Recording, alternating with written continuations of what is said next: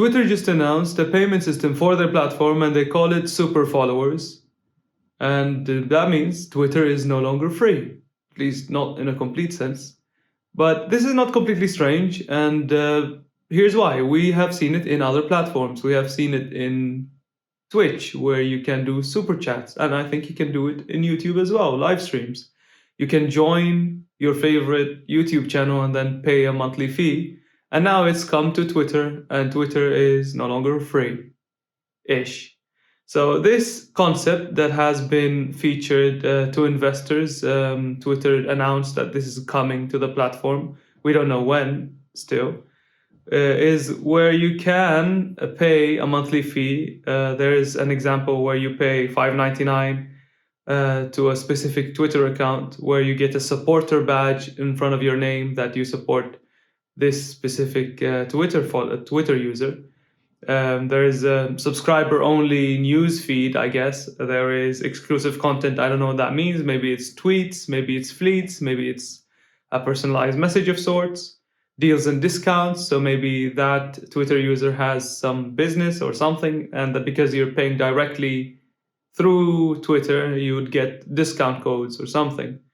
And the last thing is community access. So all of the people who support this Twitter user will get exclusive access to like a group chat kind of thing, or a side Twitter feed where only the subscribers, or in this case, the super followers, would gain access. I don't know how I feel about this. I mean, it's a different revenue stream for Twitter. So now Twitter can get a piece of that pie. Whenever someone subscribes, they get maybe 20%, maybe it's a different amount. They didn't disclose that yet.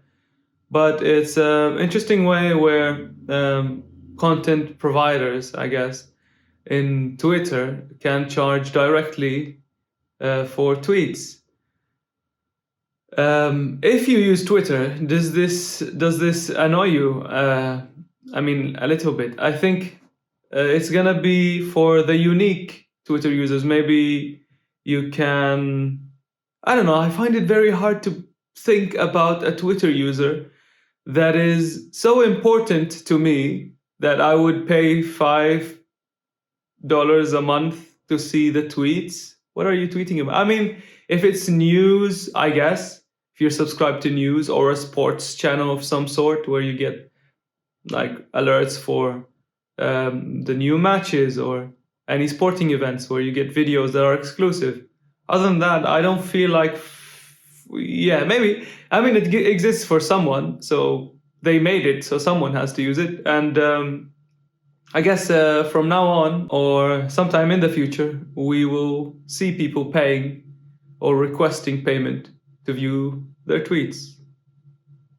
The second story of today is about a portless iPhone. We have talked about this before, but the question becomes, if there is a portless iPhone and I need access to it, or I need to reset it, or I need to restore it, or I forgot the password, how do I get into the device if there is no port? Well, this article by TechRadar is suggesting there would be a rescue signal, that's what they call it, a rescue signal by the device via Bluetooth or Wi-Fi to a trusted device, maybe an Apple certified repair center device would get that signal, or the devices that have been connected to it, so maybe your own laptop or your own PC. And that's how you would gain access to resetting the device. Interesting. The idea here is the device already has no ports, so it should be durable enough for the chipset to work, because it's waterproof, it's dust-proof, it's shock absorbent, so it must have worked. But the flaw here is security. How well can you keep the device secure if it's a wireless connection? Can someone wirelessly restore my phone or change my password, or get access to my laptop and then change my password, or stuff like that? And my idea, I think I've seen this idea thrown around. What about a hidden port inside the SIM tool? I think Apple Watch has one, or maybe not the Apple Watch, but the AirPods. Is it AirPods? The Bluetooth Apple speakers. They have a hidden port if you need to do so. it's very hidden. So maybe a suggestion I've read online is maybe hide a secret port inside the SIM tray where it's not easy to find, and it's there in case of emergency. Break glass. And yeah, these are the issues you face when you remove every port, but it seems like Apple are headed in that direction, so might as well try to think what are the solutions to these problems. So Huawei had a bad 2020, to say the least, because of all the restrictions and Android bans and Google Play bans. So many different bans and restrictions, it seems, on this company. But they did not stop innovating, and they have this new device that is called the Mate X2 foldable phone. And when I see these type of phones where you have a small device when it's folded and then a very large device when it's unfolded, when a design of a foldable phone is when it's folded up, it's small, and then when it's unfolded, it's very large, I kind of consider it a foldable tablet in a way.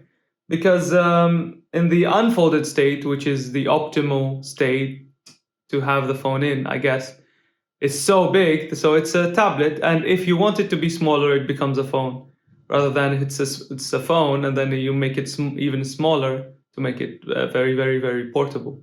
So I guess this 8-inch screen is coming very close to the 10.9-inch iPad mini stage screen. So is it a phone? Maybe, maybe not, but more and more companies are working on these type of things. And TechRadar have an exclusive here. They have an exclusive where they showcase this device. It has all the specs you expect and a price to match. $2,700, $2,800. So that's a very, very, very expensive phone. But the article states here that because of the restrictions, you might not see the phone outside of China. But because most things are manufactured in China, the more companies make these devices, the more availability it comes to multiple companies that might bring the price down slowly. I think if it's a foldable tablet, it's more useful than a foldable phone because the phones are already portable. But with phones getting bigger and bigger and bigger, maybe we can fold down these massive 7-inch phones into 3.5-inch devices that we can carry around. What is special about this device it closes with no gap between it. So when you sandwich the phone, it doesn't have a gap. And this is designed with some drawback. The drawback is one side of the phone is thicker than the other. So that's a strange situation. Foldables are still not in the final stage. And basically nothing is in the final stage. No technology is in its prime stage, but this is very early development stage phones where the market is not yet saturated, and we still didn't accept these phones as the phones. But we still keep on making progress. And another thing that we are keeping progress in is the under-display stuff. You want to put everything under the display. We already saw fingerprint under the display, scanners. We already saw cameras under the display. And now ZTE, the company that is famous for making the first under-display selfie camera, are saying that they have developed this way where you can use a Face ID-like face recognition software under the display. They haven't showcased this technology on a phone, and they haven't said when it will be released, but they have said it would work and it would look better by making the pixel density even higher. And they're saying it would be, I guess, in some phone in the future, where you now have Face ID or something similar under the screen. So Apple are working towards, and other companies, of course, making this slab of screen in the front with nothing else. And we already seen fingerprint scanners. We already seen some cameras. And now we're seeing facial recognition software baked under the screen. So it's a matter of time until someone perfects that technology, same as folding technology. And we start to see it on mainstream phones. last story of the day. I love this stuff. I love driverless stuff. So there's a driverless electric bus that is on the road in the Spanish city of Malaga. This is deceiving because this article by The Guardian, it says driverless electric bus hits the road. I didn't know if they meant hit the road as in it's on the road, or did it hit something on the road? Maybe it's because of the second language thing, but yeah, it is on the road. It didn't hit anything.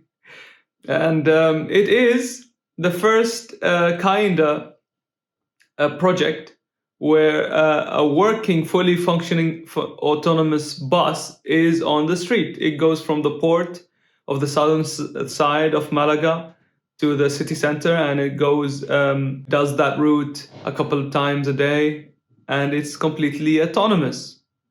But is it? According to Spanish law, it is not allowed, it is not permitted, i.e. illegal, to have a car without a driver inside. So it is autonomous, it runs by itself, but there is a driver inside. And Cristobal Maldonado, the driver, says, I am only there, basically, for emergencies. Quote, we put it in automatic mode and it runs completely autonomously. So he just sits there and the bus does its thing. It has sensors to detect if the traffic lights are red or green. It has sensors to detect everything. And it's made from a company that I haven't heard of before. I can't find its name right now. And it's called Avanza. Yeah. And they work with universities with it. So now it's not like mainstream big companies, worldwide companies. It's like it's doable. And there hasn't been any accidents yet, and the law doesn't allow the driver to be removed. But I've been thinking, oh yeah, this is cool to talk about. Would you get in a bus without a driver? Yes, I would. We've done crazier things, to be honest. We jump on planes, we ride helicopters, we fly to space. Driving in an autonomous bus that went through vigorous testing and it is deemed being safe is not a big deal. And it's going to be really exciting. It's going to be a once-in-a-lifetime experience. At least the first time is going to be a once-in-a-lifetime experience.